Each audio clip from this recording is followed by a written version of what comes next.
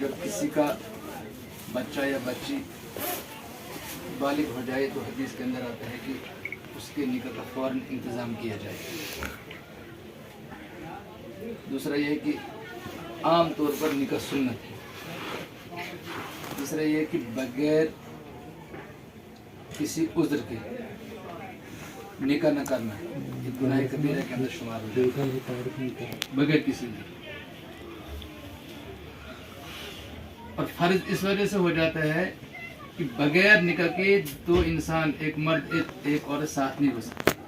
बगैर निकाह के एक औरत और एक मर्द साथ नहीं रह सकते हैं। वो जो नामहरम हो आपसे, वो बगैर निकाह एक साथ नहीं रह सकते। इसलिए उस वक्त निकाह फर्ज हो जाता है।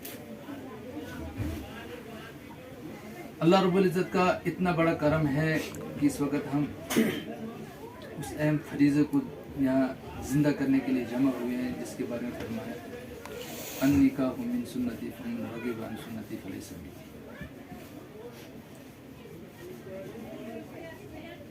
हम देखते हैं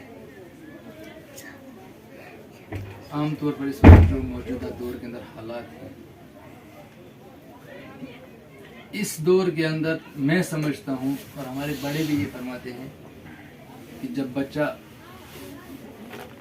इस उम्र पे पहुँच जाए तो उनको फ़ौरन निकाह कर दिया जाए, क्योंकि हालात इस वक्त इजाज़त नहीं देते। मुबादा वो वक्त आ जाए कि हमारे बहुत सारे नौजवान उन चीज़ों पर मुलव्वस हो जाते हैं जिनको शरीयत कतई तौर पर मना करती है। इसलिए फरमाया है कि जब आपके बच्चे 9 साल के हो जाएंगे तो उनको आप नमाज का हुक्म करो, नमाज का हुक्म करो 9 साल के उम्र। जब बालिग हो जाएं तो उनको नमाज न पढ़ने पर तंबीह करो। ये शुरू दहन में साधारण में रहने आते तो मन क्या करते, सख्ती करो, तंबीह करो।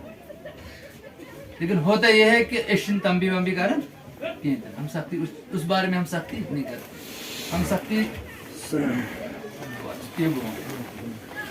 आ जाओ बेपता